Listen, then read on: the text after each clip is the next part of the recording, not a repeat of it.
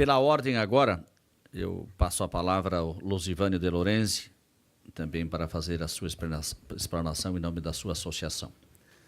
Bom dia, deputado Natalino, presidente da comissão, nosso sempre parceiro aí, Sopelsa, e contamos muito com o seu conhecimento ainda suinocultor, que possa nos ajudar nessa mais uma crise da suinocultura. O Zé Milton também, que faz um excelente trabalho aí, sempre pensando no nosso agronegócio de todo o estado, mas específico mais do sul, essa questão é importante aí daquilo que o senhor levantou da agricultura familiar também. O nosso deputado Padre Pedro, que sempre abençoa essas reuniões aí para que a gente tenha aí sempre um bom resultado nelas, né? O Valdir Cobalcini também, que com certeza é um grande deputado, trabalha em prol sempre dos nossos catarinenses, nosso secretário Ayrton Spies, sucesso na caminhada, mas sabe que as pedras estão aí na frente, flores não tem, mas vamos ter que fazer essas pedras florescerem, né? O Zésio Pedroso, que dispensa comentário, né, Zésio? Toda a sua trajetória política do agronegócio também, trazendo sempre grandes conhecimentos aí para que o produtor do estado seja sempre o melhor de todos realmente, né? Então, parabéns por todo esse trabalho que faz frente à federação. A nossa Maria de Lourdes também, que sempre nos atende carinhosamente, é claro, como o senhor falou, né, Zé, sempre dentro das limitações da Conab, do Ministério, e também o Padilha aqui da UCESC, o Atos, com um novo desafio, né, Atos? Vamos contar que as coisas andam melhores aí. Eu até trouxe algumas coisas aqui para a gente mostrar um pouquinho de como está a nossa suinocultura, os desafios que nós temos aí, mais uma vez de crise que a gente está. Então, coloquei aqui e peguei alguns slides até do Arene Trevisan, da Seara Alimentos, que também na segunda-feira apresentou para nós, né, um pouco do como está o mercado de milho. Então, trazer para vocês aqui o que existe hoje. Nós temos um crescimento consistente da produção no Brasil. Então, cada vez mais se produz mais e também melhora a produtividade. Mas as integrações consomem muito milho e também agora nós temos o etanol de milho que já é uma realidade, cada vez mais crescendo no Brasil, essas empresas para produzir etanol de milho. As exportações brasileiras estão consolidadas pela qualidade que nós temos, abrindo agora mercado também de exportação para cima no país, então isso facilita cada vez mais o volume de exportação. Os estoques de passagens estão cada vez mais ajustados, fala-se agora um dos maiores, mas mesmo assim há uma previsão de exportação maior. A safra de verão vem perdendo sempre espaço, né? A soja tem crescido muito nessa questão. O mercado interno com volatilidade grande, sem alternativa de abastecimento. Os excedentes de produção estão distantes do consumo. Aquilo que nós falamos, né? Nós temos uma dificuldade muito enorme de trazer milho para cá. É mais fácil importar da Argentina, do Paraguai, do que trazer de dentro do Brasil pela distância que tem. A falta de capacidade de armazenagem também realmente uma dificuldade, recursos para armazenar. O governo do estado fez um projeto que deu grande alavancagem na armazenagem, mas ainda não foi suficiente. Santa Catarina é o estado, como o Zé falou, é o mais deficitário do Brasil na produção. Então, esse gráfico aqui mostra realmente como está a questão do déficit de produção de armazenagem. São Paulo é o único estado que tem sobra de armazenagem. Mas se nós olharmos aqui a média Brasil, em 2013 nós tínhamos 23% de déficit, 2017 com o aumento da produtividade e produção 33%. Então isso realmente é preocupante porque é aquilo que nós falamos, né? A Santa Catarina tem um déficit, mas na época da safra tem que exportar porque não tem aonde colocar esse grão. Aqui mostra uma realidade, como está o mercado, a mudança dos preços. Ó, reais em saca, 19 de julho a 21 de março. Então, se nós olharmos aqui, principalmente nos estados do Sul, estava de 29 a 31 no Rio Grande do Sul, foi para R$40. Estava 30 em média Santa Catarina, foi de 41 a 39. Na semana passada, terça-feira, nós compramos em Braço Norte milho para nossa propriedade em Orleans, R$46 a saca. Então, ali dá para ver como estão os independentes, que é a maior região de independentes ainda de Braço Norte, pagando esse milho nesse preço, e o farelo de soja também a R$1.400, R$1.450 a tonelada. Então não tem como sobreviver. Então o próprio Paraná, que é um grande produtor de 29,5, 28 aqui, então ele passando para 37,5 a 39. Então aqui já dá para ter uma condição de ver o pulo que deu nesse início do ano o grão.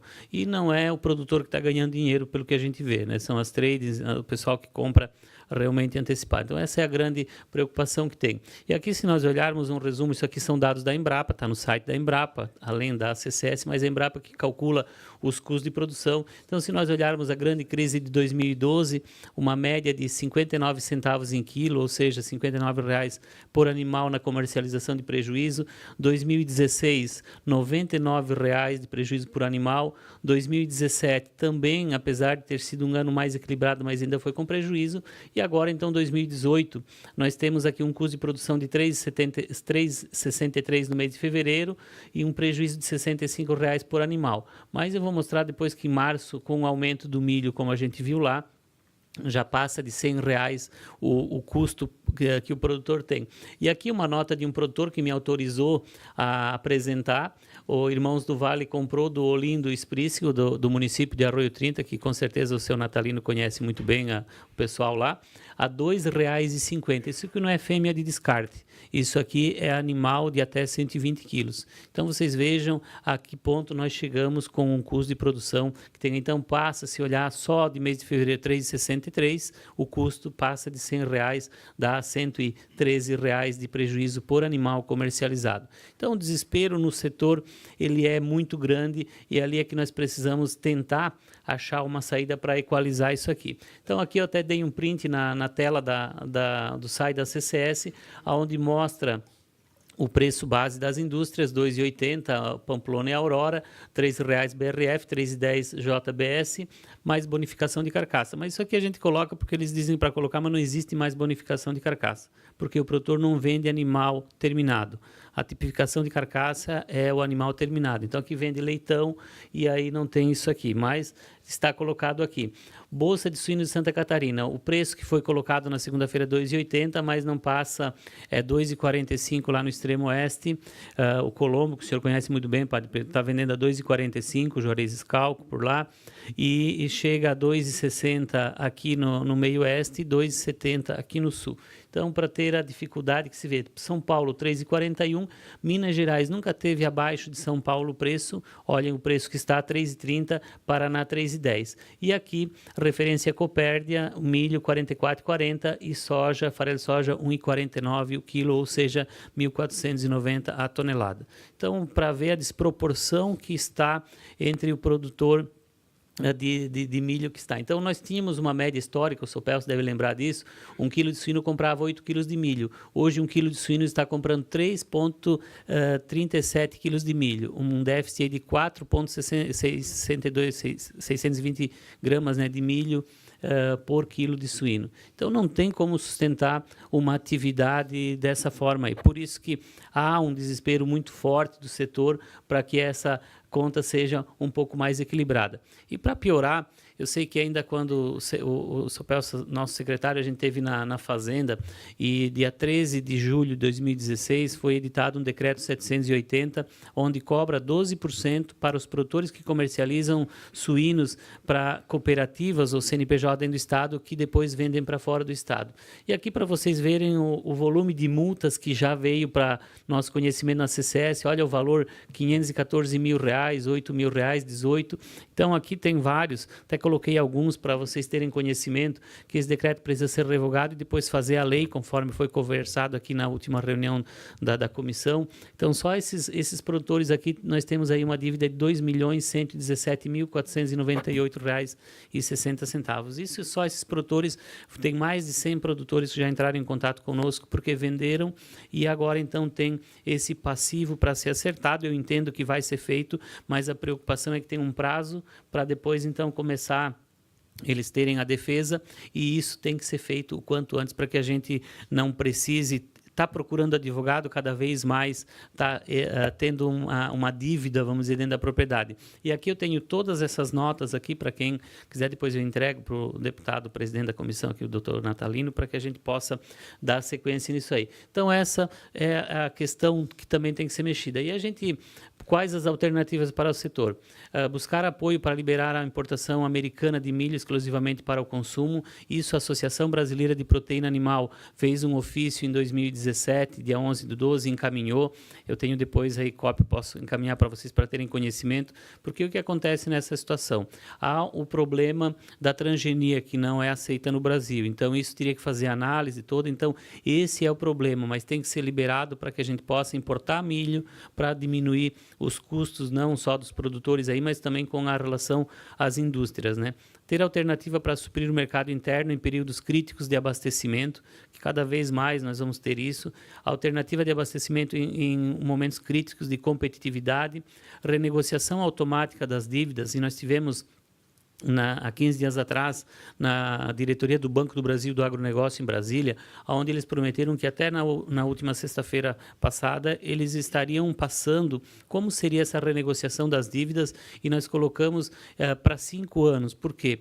A cada ano nós estamos fazendo com que seja renegociada para 1 ano a dívida, e isso traz um problema muito sério, porque nós temos agora 3 dívidas renegociadas para pagamento. Então, se renegociar para 1 ano, o produtor ele não vai ter mais capacidade de endividamento.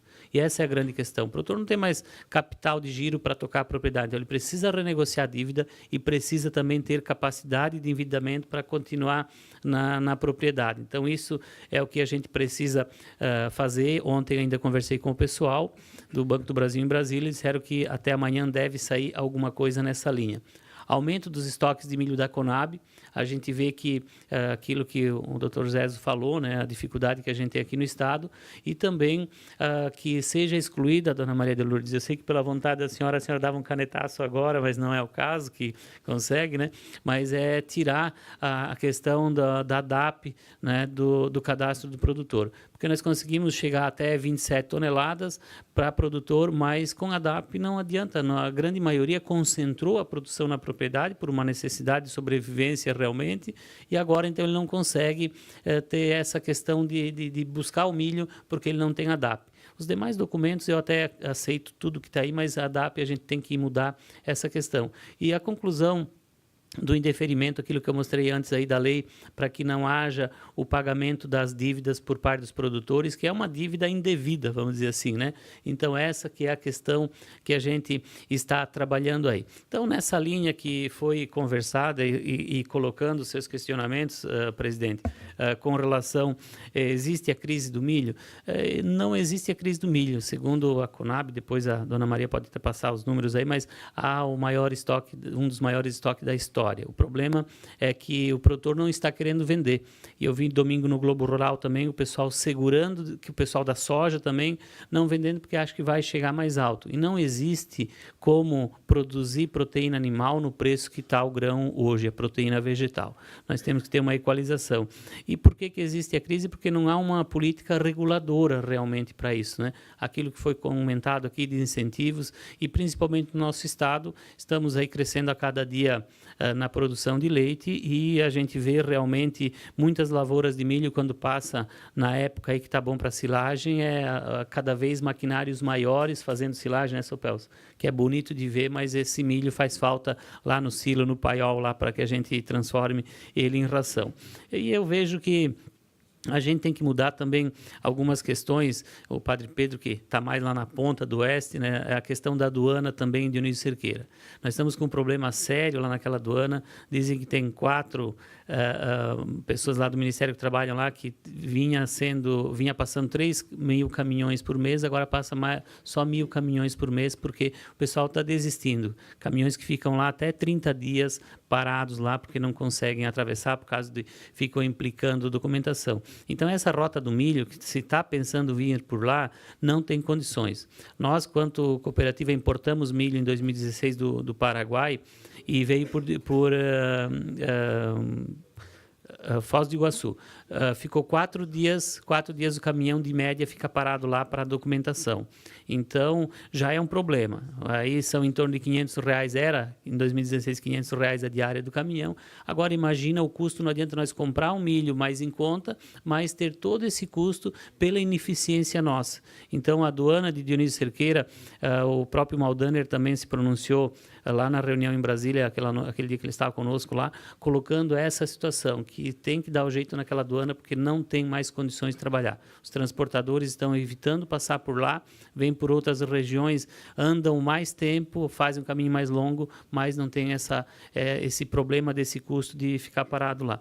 E é claro, eu vejo que quanto governo do Estado, para nós aí não podemos reclamar, sempre fez o papel, a redução do ICMS de 12% para 6% para levar suínos para fora do Estado, embora apanhando muito, né, por causa da indústria, mas a gente conseguiu isso aí e precisa também agora ter um incentivo do governo federal na importação do milho.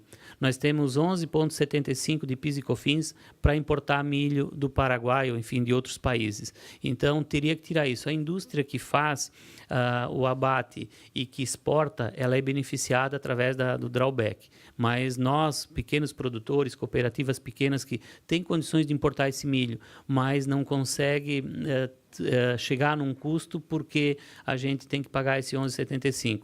Hoje, para importar milho do Paraguai, é em torno de $230 a tonelada.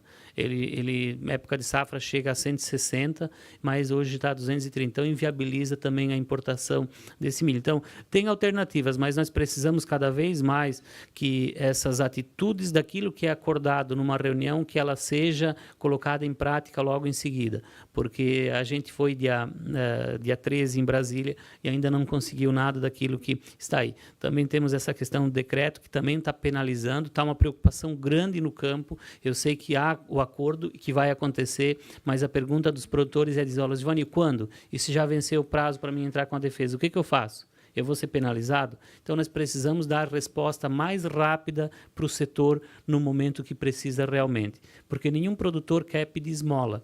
Ele gostaria de continuar trabalhando e fazer com que a propriedade dele fizesse o Estado crescer cada vez mais. E um outro problema que me levantaram na terça-feira lá no Extremo Oeste, numa reunião de produtores, é que o CREA está incomodando também. Teve produtores que trocou a cortina, o cortinado da granja, e o CREA foi lá, multou porque ele não tinha pedido aí a autorização. Para fazer também, teve o Rudi Altenburger, de 13 Tilhas, que o senhor conhece muito bem também, ele automatizou a granja, não pegou a autorização do CREA, foi multado em R$ 1.800.